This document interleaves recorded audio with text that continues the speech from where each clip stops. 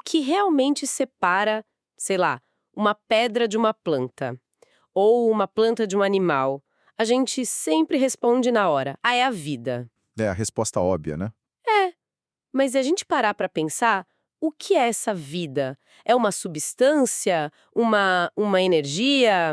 Uma propriedade? Exato! Hoje a gente vai fazer um mergulho no material filosófico que, olha, ele propõe uma resposta bem diferente. A ideia é que o universo não é feito só de matéria e espírito. Teria uma terceira força. Um terceiro elemento. Isso. E a nossa missão aqui é investigar esse conceito, esse tal de princípio vital. Vamos tentar entender se isso é uma chave para desvendar o mistério da vida ou só uma curiosidade antiga. É uma ótima forma de colocar. A gente vai explorar como essa terceira força, segundo as fontes que a gente está analisando, cria a fronteira entre o que é vivo e o que, bom, o que é inerte. E o que acontece quando ela acaba? Exatamente. E talvez o mais importante, como a nossa inteligência, a nossa capacidade de pensar, como ela entra nessa equação toda.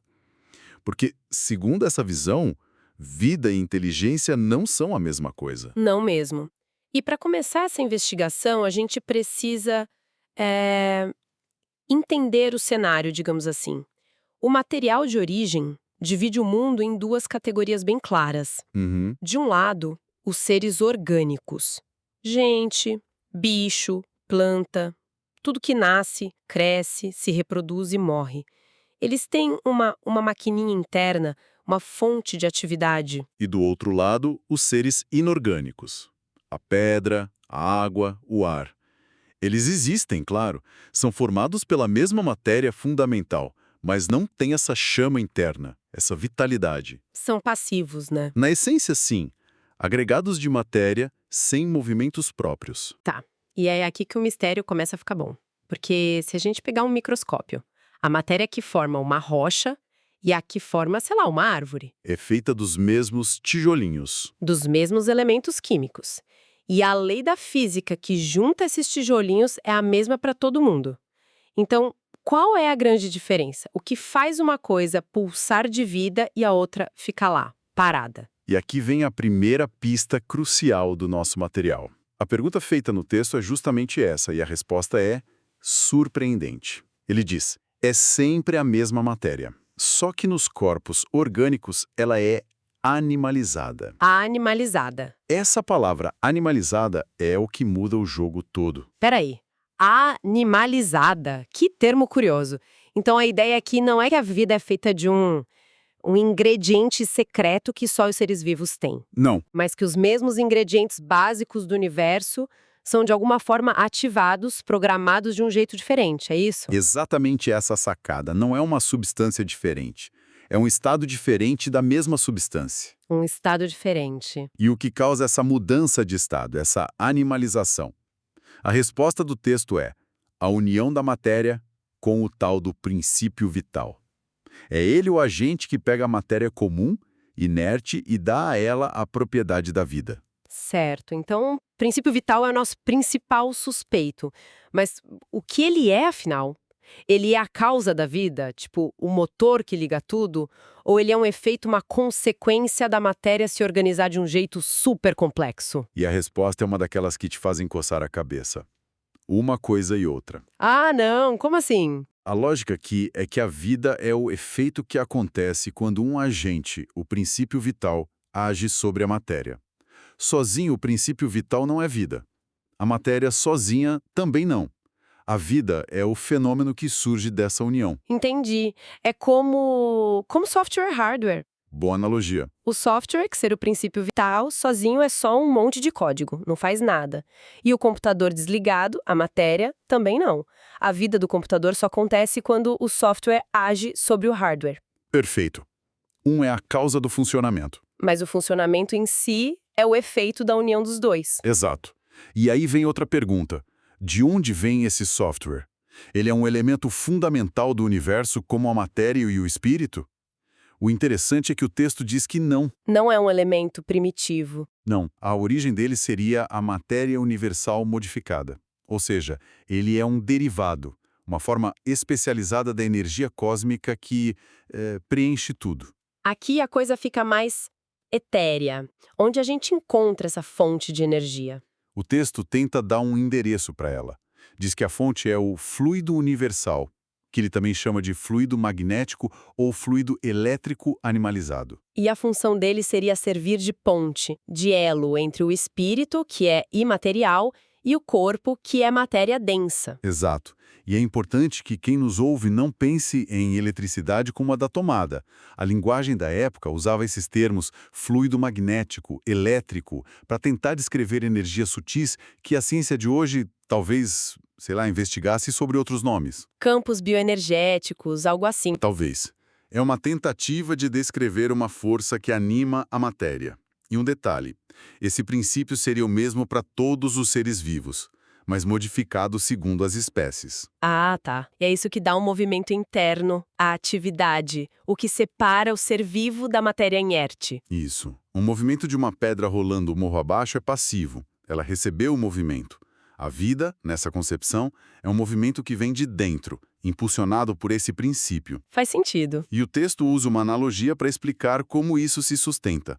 Ele compara o corpo a uma máquina e o princípio vital à força que move essa máquina. Certo. Mas o mais legal é que não é uma via de mão única.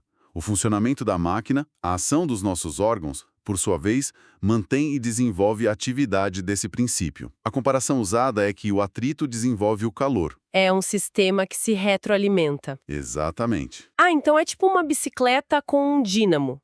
Quanto mais você pedala para mover a bicicleta, que seria o corpo, mais energia o dínamo, os órgãos, gera para acender o farol, que é a vitalidade. Nossa, ótima imagem, essa do dínamo. É isso, a própria ação de viver gera mais vida, por assim dizer. É uma simbiose entre energia e a estrutura. Perfeito. A energia move a estrutura e o funcionamento da estrutura mantém o fluxo da energia. Mas todo ciclo tem um fim, né? Se essa simbiose é tão bem azeitada, o que faz a máquina parar? O que acontece quando essa energia acaba? Isso nos leva à questão da morte. A resposta do texto é bem direta, bem mecânica. A causa da morte é o esgotamento dos órgãos. A máquina quebra. A máquina quebra. A analogia continua. Se um relógio está quebrado, a mola pode estar com toda a corda, mas ele não vai funcionar. Não é que o princípio vital some de repente. É o corpo que se torna incapaz de continuar essa troca, de usar essa energia. Ok, a máquina quebrou. E o que acontece com as peças? A matéria, a gente sabe, se decompõe, volta para a Terra, é reciclada. Mas essa energia vital, o princípio vital, ela simplesmente se dissipa no ar? Segundo essa filosofia, não. Ela retorna à massa, ou seja, volta para a grande fonte de onde veio, aquele fluido universal que a gente falou. Fica lá, disponível. Para ser usada de novo. Exato. Para ser usada na animação de novos seres. O ciclo é completo. A matéria se decompõe para formar novos corpos e esses novos corpos puxam da fonte universal o princípio vital para si, para começar um novo ciclo. Interessante. O texto ainda usa outra imagem, que ele diz ser mais exata, a de um aparelho elétrico. Ah, sim. O corpo em repouso teria essa energia em estado latente. Quando uma causa ativa esse fluido, o aparelho está vivo. Quando essa causa cessa, o fenômeno para e o aparelho volta à inércia. E aqui tem um ponto que eu acho fascinante. A quantidade desse fluido vital não seria a mesma para todo mundo. Não. Varia entre espécies e até entre pessoas. O texto sugere que alguns seres são, digamos, carregados com esse fluido, enquanto outros têm só o suficiente. Isso explicaria porque algumas pessoas têm uma vitalidade que parece transbordar. Uma resistência maior, uma vida mais ativa. Exato. Peraí, então é como uma bateria de celular. E essa bateria pode descarregar. Pode. O texto diz que ela pode se tornar insuficiente para manter a vida se não for renovada. E como a gente renova? Pela absorção de substâncias que a contenham. Os alimentos, por exemplo. Mas aqui vem a parte mais surpreendente de todas. Lá vem. O texto afirma que esse fluido vital pode ser transmitido de um indivíduo para outro. Como assim? Diz que quem tem mais pode doar para quem tem menos e, em alguns casos, até prolongar a vida prestes a se extinguir. Uau! Isso é bem radical. Abre um monte de portas sobre o que a gente entende por cura, por energia. Conexão. Sim.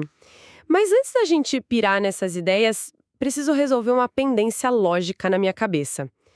Se as plantas têm vida, se elas têm esse princípio vital, quer dizer que elas pensam? Essa é a distinção mais importante que o texto faz, e a resposta é um sonoro não. Não. A inteligência não é um atributo do princípio vital. As plantas vivem, mas não pensam. Elas têm apenas vida orgânica. Nessa visão, a inteligência só se manifesta quando um terceiro elemento, o espírito, se une à matéria que já foi previamente animalizada pelo princípio vital. Ok, então a gente tem uma escada da existência aqui. Deixa eu ver se eu entendi a estrutura.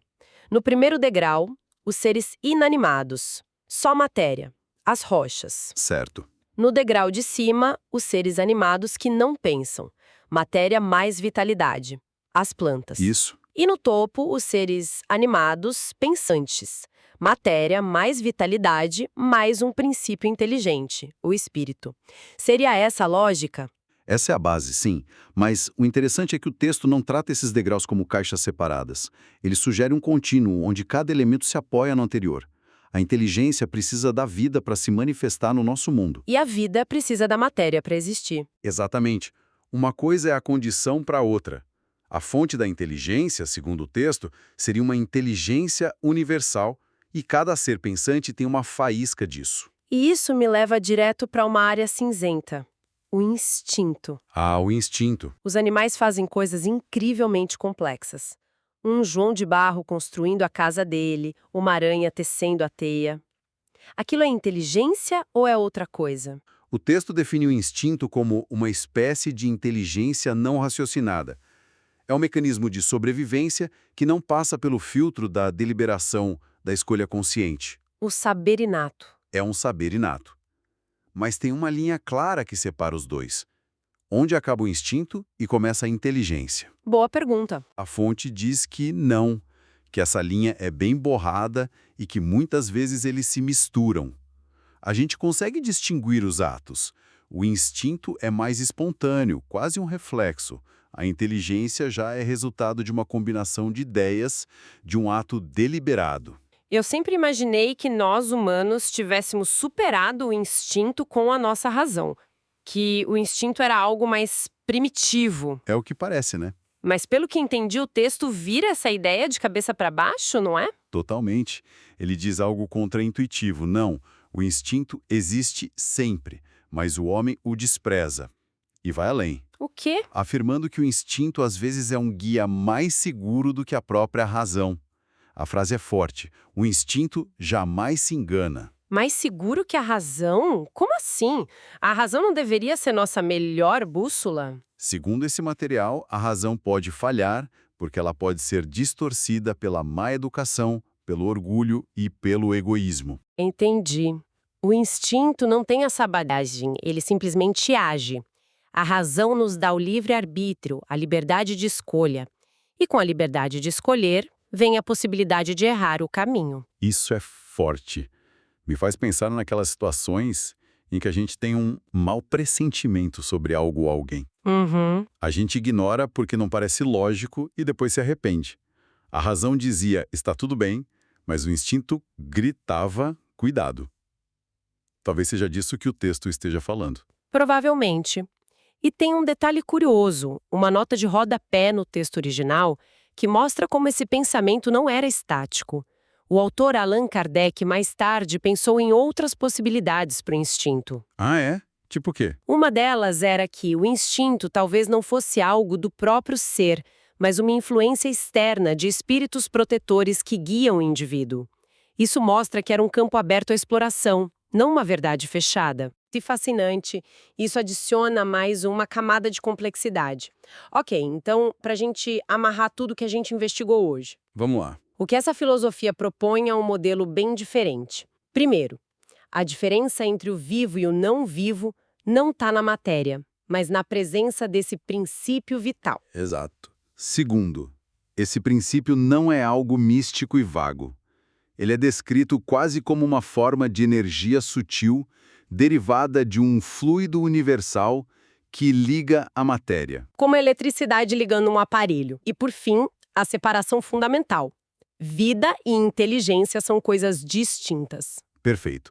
A vida vem do princípio vital, mas a capacidade de pensar, de ter consciência e livre-arbítrio vem de outro elemento, o princípio inteligente, o espírito. Certo. E isso nos deixa com uma última reflexão, voltando àquele ponto mais radical que você mencionou. A transmissão do fluido vital. Isso.